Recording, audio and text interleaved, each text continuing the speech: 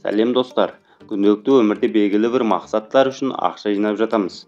Біріміз көлік алуды пландап ақша жинай бастасақ, енді біріміз жай ғана смартфон сатып алуға ақша жинаймыз. Негізінде жиналған ақшаның суммасы маңызды емес, маңыздысы ақшаны қалай тез әрі көп жинауымызда. Ақша жинау дегеніміз ақшалы болуға қадам басу. Яғни ақша туралы кішкене болса да ойлану, оны зерттеу. Өйткені ақшаның құрамында белгілі элементтер болғандықтан ақша энергиясында өмір сүреді. Сол үшін де ақша жинау бұл жай ғана физикалық құбылыс емес, оған ішкі жан дүниемізбен әсер етуіміз керек. Сонда ғана біз қалаған ақшамызды жинап, қойылған мақсаттарымызды орындап, орта жолда тайқып кетпейтін мол ақшалы адам бола аламыз. Сол үшін де жай ғана ақшаларды жинап сала беру жеткіліксіз. Шынайы түрде қалаңыз. Ақшаға әрқашан ашық болыңыз. Ақша жақсы көзқараста болыңыз. Қай жерде ақша туралы әңгіме қозғалса да, ақшаны жамандамаңыз. Бұл сіздің өмірлік ұстаным дағдыңызға айналсын. Ақшам жоқ, ақшам жетпейді деп ешқашан айтпаңыз. Олай десеңіз сізге ақша жуылмайды, қашады. Керісінше сіз мені ақша жақсы көреді. Күннен күнге менің қаражатым көбейіп, табысым артып келеді деген сияқты сөздерді жиі қайталаңыз. Және бұлай айтуға ешқашан қымсынып ұялушы болмаңыз. Сонымен бірге қарапайым әрі таза болыңыз. Қалтаңызға тек қана таза әрі адал ақшаны салуды ойлаңыз. Ақша туралы жаман ой, жаман сөздерді мүлдем ұмытыңыз.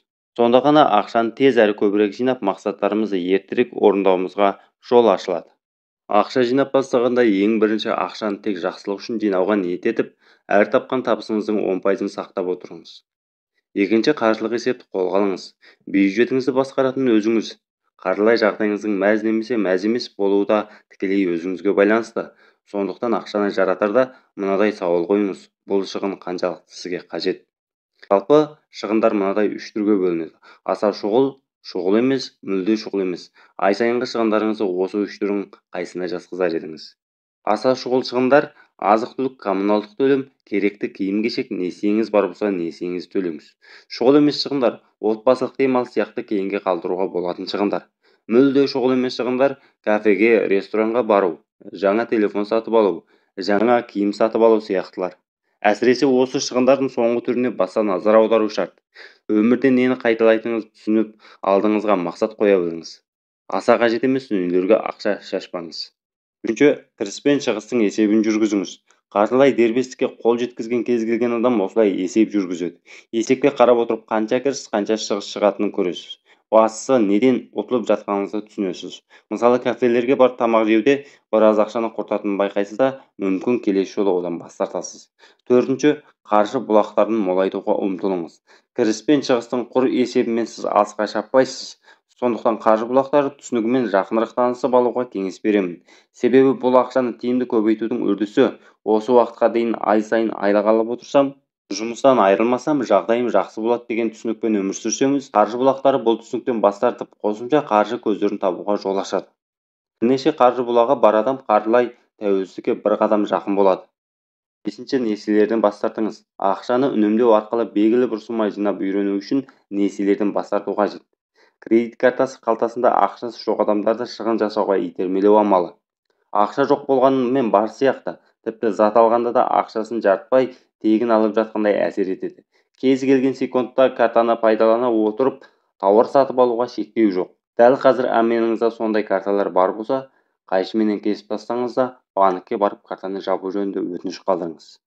Ақыл кеңесімізді аямай айтсақ та, несие алуға жағдай итермелеп тұрса, банкты дұрыстап таңдаңыз. Келісім шартпен алдын ала танысыңыз. Не үшін артық төлем төлейтініңізді анықтаңыз. Bir нәрсені түсінбей жатсаңыз, менеджерден ұялмай сұраңыз. Ол білмесе бастығын шақырыңыз. Бастығы мардымды түсіндірмесе шағым жасаңыз. Бастысы, өзіңізге қажетті ақпаратты қалайда алыңыз.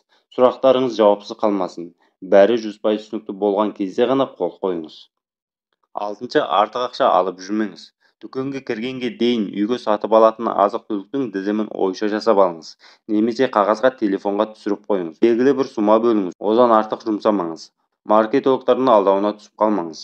Bir айдың азық-түлігін сатып алуға баратын кезде де артық ақша алмаңыз. Тек азық-түлікке бөлінген қаражатты ғана жұмсаңыз. Жетінші, зиянды әдеттерден бас тартыңыз. Темекі, сіра, арақ дегендер арзан тұрмайды. Оларға ақша құрта отырып, бірінші кезекте өз денсаулығыңызға және отбасылық бюджетіңізге зиян келтіріп жатқаныңызды түсінбейсіз. бір қорап темекі алатын ақшаңызды уақыт сайын жинап отырсаңыз, бір жылда жаңа телефон сатып алуға болады. Сол үшін де ақша жинау жай ғана белгілі мақсаттарды ғана қанағаттандыру емес. Ол сізді қаржылай дербестікке жетелеуі мүмкін. Сол себепті әлемдегі ақшалы байлардың 90%-ы ақша жинауды байлықтың баспалдағы ретінде санайды. Ал мен болсам, әр қазақтың бай бақуатты ақшалы болғанын қалаймын. Видеом пайдалы болса, демеп қолдап жіберсеңіз қарсы емеспін. Сонымен бірге пікір аймағына өз ойыңызды қалдырыңыз. Мен үшін ол өте маңызды. Келесі видеода көріскенше күн жақсы.